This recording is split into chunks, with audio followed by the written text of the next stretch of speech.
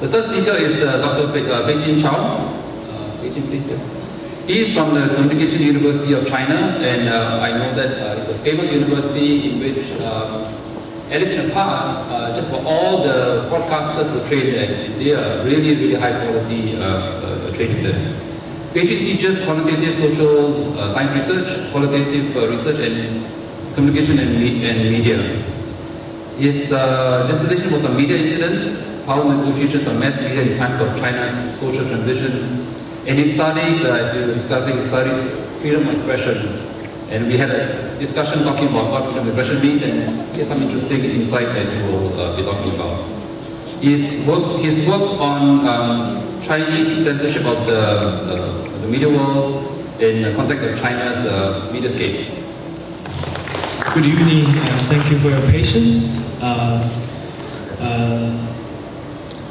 I come here to share a little bit my thinkings on the notion, the concept of freedom of expression with the Chinese context. Each time when I talk about freedom of expression, I got very strange feelings because a lot of people would say, okay, there is no freedom of expression in China, over.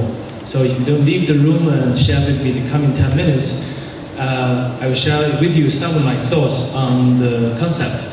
I was trained as a journalist and been working in media for several years. Then I pursued my academic career, and my dissertation is on freedom of speech in China. So I do think I have some experiences talking about the concept. Even though I've done quite some research, I still have a lot of confusion. So I just invite you to join me with all these confusions and see whether we could be neutrally united.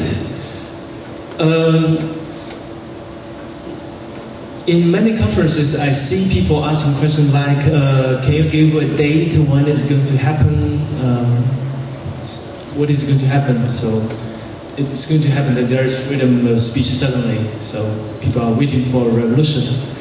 Or I was visited quite short ago by a Danish embassy, and they came here very worried. I think that's also the perception of many people that the situation of freedom of expression in China is worsened, it's getting worse, and people are asking, is it going to be even worse? Until one day we realized what's happening in 1984. So I am not as pessimistic as those people, but it seems a lot of people think without the revolution, freedom of expression is not going to happen in China, which is not my view. So, despite all the expectations in Hillary's internet freedom imagination, not only a Chinese version of Twitter revolution did not happen. If you ask people why don't you go on revolution, people say we are busy online shopping. One of my colleagues in Philippines told me her experiences in China is you see little puckles in front of the university, and she was confused what it was, and they say all these are online shopping products.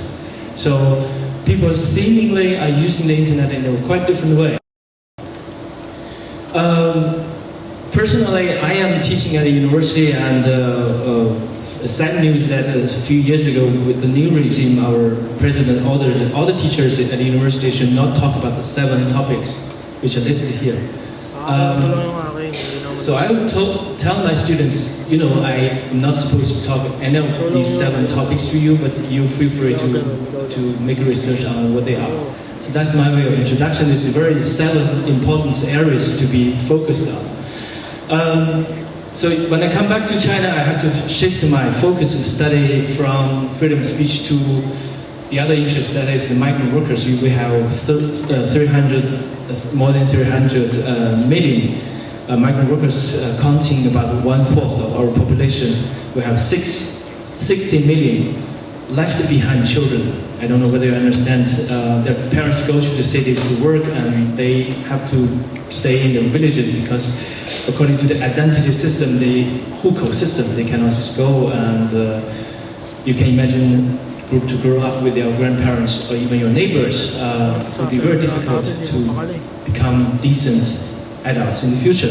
So, about on these migrant workers, one of the findings I find surprising is that I used to go to the migrant workers and ask, could you afford paying using mobile phones to download things, to learn things? They say, no, it's very expensive. They actually created some certain ways of sharing internet Wi-Fi. So they built a working place Wi-Fi, so they pay together. And the other question is that if I pay you 200 yuan to buy the data, would you, how would you deal with this 200 yuan? And they will say, I buy some other things for my children or myself. So this gave me the insight that freedom of expression means differently to different group of people. So a lot of people does not prioritize freedom of expression in their life if compared to medical care, education, and other more important things. So coming back to universal values, freedom of expression is one of them, as well as democracy. I think, of course, they are very important, but freedom of expression for freedom of expression's sake, I think we should ask a little bit further question, what for? So that is how I lead you into my understanding of that. So if we understand the easy way of freedom of expression, that's the Wikipedia version. It tells all about what is freedom of expression. If you see seeking, receiving, imparting information, coming back to the migrant worker situation, receiving and looking for information is not prioritized by them because they have other priorities in their life. But if we make it more complicated, we will immediately ask if there is no or little freedom of expression in China, where? Because we feel some circles there are more freedom of expression. For example, private sphere, we could talk almost about everything possible, criticizing our government, our policy towards Philippines, different opinion from the government's mainstream idea. But in public sphere, there's purely nothing against the mainstream ideology or propaganda. So we seem to have different spheres, and we are one person living similarly, simultaneously, two spheres. Or like, what can be done to change the situation is more meaningful to ask, and has there been changes at all, what changes, and how did it happen so that we could maybe promote the model. So what's the position of freedom of expression among other social conditions such as free medical care and food safety, education, or merely staying together with his or her family? That's what again referring to the migrant workers. So now I would like to provide two perspectives. One is the historical perspective that goes back to the communist revolution and how the Communist Party mobilized people to join them to build a one path through modernization of China. So freedom of expression is a material discourse for them, which means it's the extension of ownership of media industry, or what we say is a media cause. So the ownership, the CCP has been propagating its own version of freedom of expression that goes deeper to the distribution of media resources, to question the privatization of the media, and to declare that justice and equality in distribution is as important or even more important than freedom or democracy. So mind that that's their theory from the beginning of the revolution. And based on analysis of social classes, actually as early as 1925, Mao Zedong himself did a class analysis of Chinese society. The people are divided into the rich and the poor. So they created a discourse of repression and created hostility among people. So if you want to redistribute media resources through revolution to achieve liberation, this became the most important issue, because media resources are similar to other social resources like food, like safety. So the whole revolution ideology is very focused on the material side of the society, so media included. So individual freedom is thus transformed to the political liberation of the proletariat, the working class. That's the historical perspective.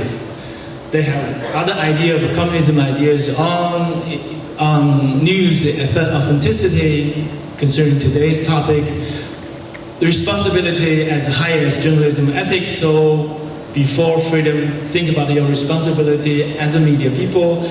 Or the alliance of working class, working workers and peasants as the first line of our constitution actually changed the nature of sender and receiver in traditional media studies. I'm not going to explain more about my slide, but this is the way how they correct their ways, because Professor Ang asked me, is there a mechanism of correction of mistakes? And there are certain ones, but I'm not going to elaborate. So now let's come back to the horizontal line. Let's actually comparing different countries and see why China is still so backlogged in their development of media freedom or freedom of expression.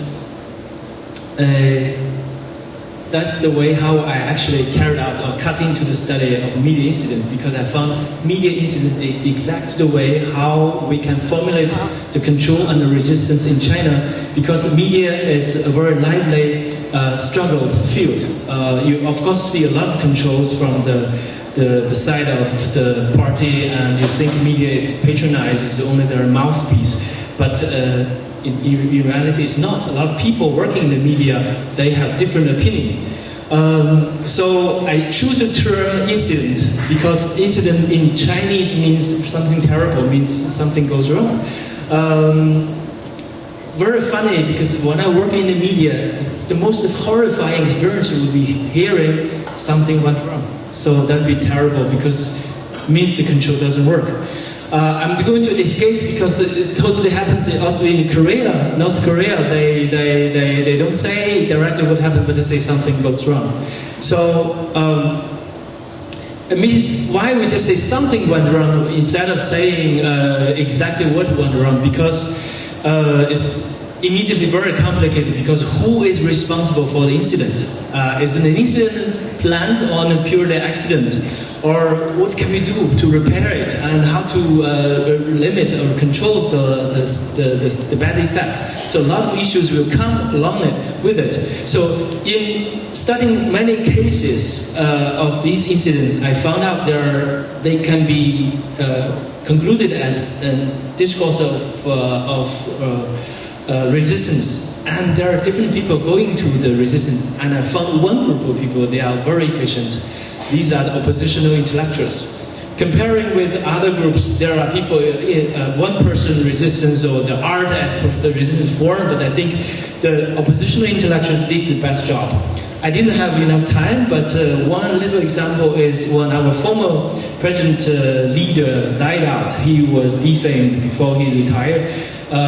When he died, there is not a lot any news to report about his death. But then this article appeared online, and it's talking about the death of a Mandarin bureaucrat like 1,000 years ago. But the whole content is actually talking about this newly died Communist Party leader. So I made a comparison about the content, and immediately you see it's exactly talking about this Communist Party leader instead of this old bureaucrat. These are people commenting. People say, if you consider what has happened in the past few days, you will know what this article is talking about. Obviously, history is a mirror, or super use the past to satirize the present. You are a great supporter, that's the website name. Use the past to satirize the present. It is now time to persecute reformists. As was said, give the last evaluation before the coffin is covered. Do today's reformists face a good end, not a good system? So you see, people understand exactly, they get exactly the information that is embedded into this incident. So that's why how I say the oppositional intellectuals are the most efficient ones in creating the discourse of repression.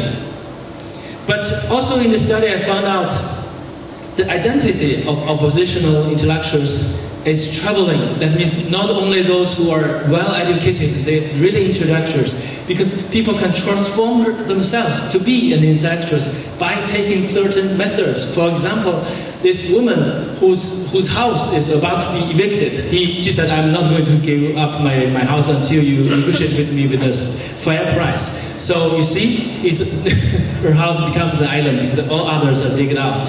What she did is she invited media to the house, VOA, BBC, New York Times, and she made a press conference daily about what's happening to negotiate with the government, and in the end she had a very good negotiation. So that's what I say, it's the identity very much traveling, because you can take the measures, the tools to negotiate.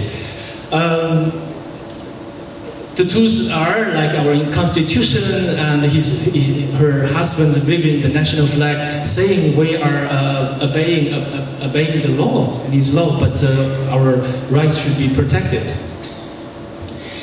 Last, with the globalization, the picture turns a little bit. On one side, the positive side, the so-called positive side, there is still no private news media ownership and infamous or famous Great Firewall, in China, means the stop blocking of internet, has been at least partially effective, so that there are lively, though uneven, discursive contestation over the future of China. That's according to one of the famous Chinese professor. She said, you see the positive side of the Great Firewall. But on the other side, of course, it's exactly this lively debate has theoretically and practically strengthened the government side of the control. So this might forecast an even more difficult negotiation process. So that's very briefly my study.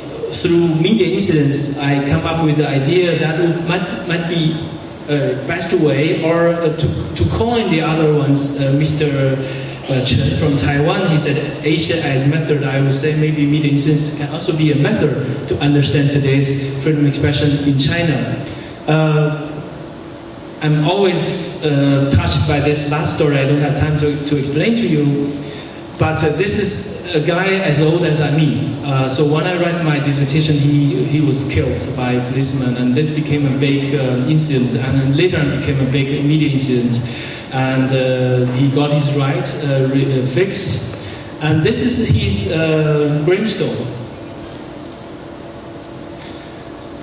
Very interesting. If you see closely to it, you see in the April 25th, the Southern China Cosmopolitan Daily published an article that's about his death. If you remember, if you think what could make people write down about the newspaper's name on the gravestone, you see their trust with the media.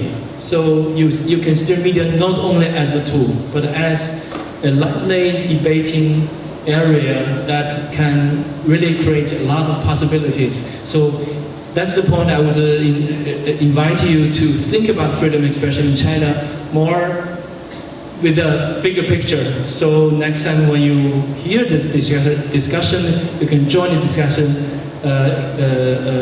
rather than to stop it by saying there's no.